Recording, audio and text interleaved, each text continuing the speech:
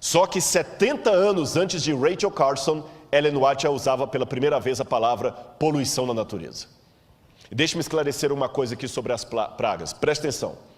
As pragas de Apocalipse 16 possuem uma assinatura que só Deus pode dar. Mas elas não retiram a coautoria do diabo e do homem, porque as pragas saem do santuário. Apocalipse 16 está dividido em duas partes. A primeira, segunda, terceira e quarta praga são sofrimentos durante o tempo de angústia. A quinta, a sexta e a sétima envolvem os livramentos do povo de Deus. Também gostaria de esclarecer que essas pragas, pelo menos as primeiras delas, são literais ou pelo menos são da mesma natureza histórica das pragas do Egito. E essas pragas cairão sem mistura de misericórdia depois que a porta da graça se fechar. Mas antes que a porta da graça se feche, Deus já está permitindo que algumas gotas dessas pragas caiam ainda mescladas de misericórdia, para ver se eu e você nos acordamos. E todo mundo pergunta, até quando vamos usar máscara? E eu pergunto, até quando vamos ser teimosos no pecado para ficar nesse mundo? E como Satanás prepara o terreno? De muitas maneiras. Alienação, cria alienação, glutonaria, intemperança, que as pessoas não conseguem raciocinar direito, síndromes psíquicas, excesso de informação e pouco conhecimento, síndrome do pensamento acelerado, que falou Augusto Cury, causas, distúrbio psíquico, excesso de informações, paranoia do consumo da estética, consumismo excessivo, incentiva o consumismo, não comemos para nos alimentar, não nos vestimos para nos cobrir, temos mais do que precisamos e ainda assim estamos famintos, sedentos, ignorantes. Geração rebelde sem causa, cria uma geração que torna os pais, líderes e mais velhos reféns dos caprichos de uma juventude que não está mais acostumada com frustrações. O medo de ofender não deve ofuscar o dever de falar a verdade. Cria um Jesus apaixonado, músicas gospel que estão transformando Jesus num adolescente apaixonado. Jesus vive fazendo declarações de amor e implorando a nossa aceitação. Ele não demanda nada, pelo contrário, ele promete tudo se aceitarmos o seu pedido de namoro. Jesus agora é um bobo apaixonado, não mais um Deus querendo nos salvar. Visões unilaterais de Cristo. Não basta dizer coisas bonitinhas sobre Jesus, precisamos acentuar quem ele era, o que ele ensinou. Usam tons agressivos apenas com a tradição da igreja, mas macio com o secularismo, que também é um erro. Vivemos numa troca da ética pela estética. Jesus curou pessoas e perdoou pecados, mas ele também pegou o chicote e mostrou a sua ira no templo. Ficar mostrando só o Jesus bonzinho sem o Jesus do chicote não adianta. Sabe, uma igreja às vezes que torna pessoas muito apáticas, legalistas ou apenas emocionalistas. Crise externa, crise interna. Para a sabedoria humana, tudo isto agora parece impossível, mas ao ser retirado dos homens o Espírito de Deus, o qual tem o poder de reprimi-los, e ao ficarem eles sob o governo de Satanás, que odeia os preceitos divinos, hão de acontecer coisas estranhas.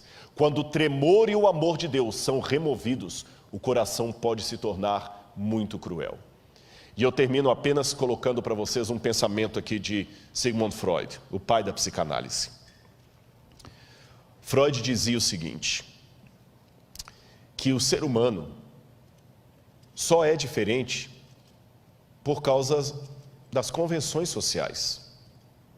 Freud dizia, derrube as necessidades de sobrevivência e sexo e afeto, nem sempre afeto é sexo, e o ser humano se tornará completamente um animal, porque a única coisa que nós temos de nosso é o eros e o thanatos, necessidade de afeto e sobrevivência. Trocando em miúdos, o que Freud quis dizer? Quando você vê uma pessoa toda elegante comendo como um lord inglês, é porque tem comida suficiente para todos. Por isso que ele come bem, mas o outro esfomeado come de qualquer jeito. Mas o Freud dizia que se você tiver apenas um prato de comida para os dois e eles estão famintos, tanto o lord inglês como o sem-teto vão comer desesperadamente como cachorro. Freud dizia, você só não ataca o outro para pegar o prato de comida dele porque tem comida para os dois. Mas se não tiver comida para os dois, Quem tiver maior força, leva.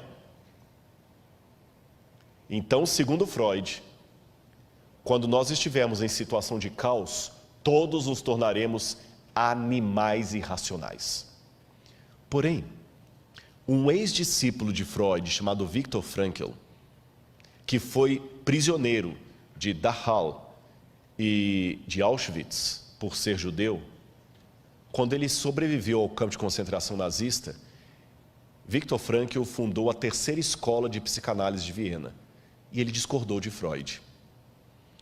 Ele disse: o que Freud teorizou sentado nas poltronas de veludo vitorianas, eu vi na prática, porque no campo de concentração tiraram de nós o respeito, tiraram de nós a comida, a proteção, tiraram tudo. E quando tiraram toda a dignidade humana que estavam em nós, alguns companheiros judeus cumpriram exatamente o que a teoria de Freud sinalizou: se tornaram animais.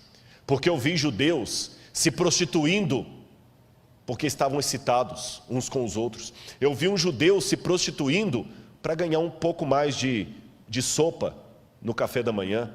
Eu vi um judeu matando o outro para roubar as botas dele. Realmente se tornaram animais.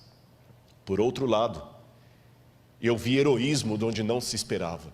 Eu vi alguns se tornando mártires. Eu vi judeu trocando de lugar com judeu para ser fuzilado no lugar de alguém que era mais velho. Eu vi alguém que estava com fome dar o seu prato de comida para o outro porque ele estava mais debilitado. Eu vi alguns tirando energia, força e solidariedade de onde menos se esperava. Então, o que eu concluo, discordando de Freud, dizia Viktor Frankl, é que, diferente do que ele teorizou, na hora da crise é que as máscaras caem.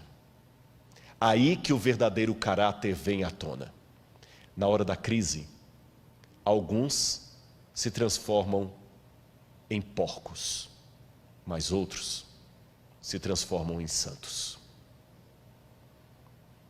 Quando o fechamento da porta da graça ocorrer, ou até um pouco antes, que eu acho que o Espírito Santo não vai sair da terra assim de maneira estanque, ele vai começar a sair aos poucos. Que o mundo estiver completamente enlouquecido, louco, varrido. Eles não vão estar tão unidos assim, porque o Apocalipse fala que os 10 chifres vão se unir com a mulher, mas vão odiar a mulher. Então o Irã vai continuar odiando os Estados Unidos, a China vai continuar odiando a França e assim por diante. Os de esquerda vão continuar odiando os de direita, os ateus vão continuar sendo ateus. Mas assim como todos obrigatoriamente se uniram em torno do Covid, eles vão se unir em torno do anticristo, nem que seja provisoriamente. E quando, como diz o catecismo, como disse Billy Graham, como disse o Didarré, como disse Ellen White, quando o diabo fizer parecer que Cristo veio, meu Pai, que Deus nos proteja da loucura coletiva desse mundo. Porque muitos se transformarão em porcos, mas outros se tornarão santos. Qual dos dois papéis você desempenhará? Fique ao lado de Jesus. Eu quero convidar o dueto para cantar a música final. E durante a música eu vou pedir para eles colocarem o QR Code. Se você sentir no seu coração o desejo de estudar mais a Bíblia, conhecer mais isto, entre em contato através do QR Code, aceite esse apelo, aceite a Jesus, materialize isso através do QR Code. Mas Rodrigo, peraí, eu sei que você ficou até agora, o tempo está estourado, mas você só falou de desgraça, tragédia. Onde é que está o bem de tudo isso? Quando a gente está com quem você ama, você não tem medo. Uma vez um pai perdeu a esposa num grave acidente. E ele chegou em casa, e ele não quis ir para casa de ninguém, e depois do velório, ele estava na sala, tudo escuro, ele chorando, Deus, o que vai ser da minha vida, como é que eu vou criar minha filha? Daqui a pouquinho, ele só viu um chorinho, papai, vem cá, papai está aqui. E os passinhos vindo no corredor assim, com medo, estou com medo, vem cá, papai está aqui. Estou com medo, papai está aqui. Ela foi para o colo dele, e ela falou assim, papai, a mamãe não vai voltar, né? Não. Eu estou com tanto medo, papai. Eu tenho medo do escuro. Sim, mas papai está aqui. O senhor está aqui. Não precisa acender a luz. Eu estou com saudade da mamãe. Eu estou com medo do escuro. Mas eu sei que o senhor está aqui em casa. Então eu vou dormir tranquila. Eu vou contar para você uma coisa. Quando ele colocou a filhinha de volta na cama, ele virou para Deus e fez a mesma oração.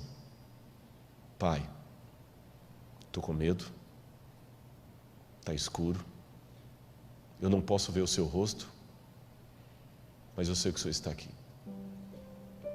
E é essa oração que depois da música eu vou querer fazer com você. Eu estou com medo. Estou com medo. Não pense que é fácil falar as coisas que eu tenho falado aqui. Eu tenho medo de um monte de coisa.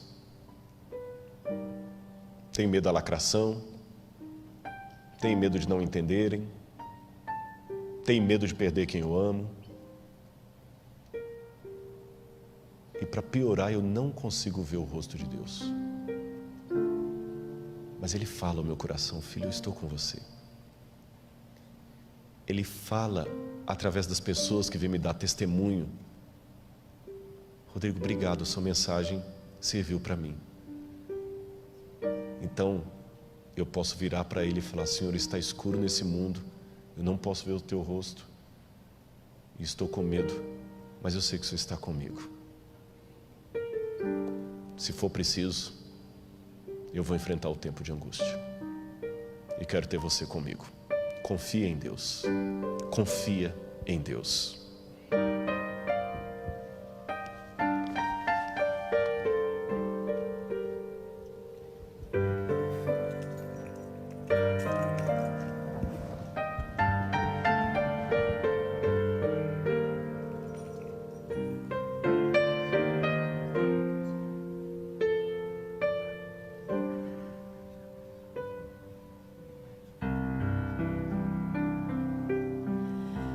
Quando o sol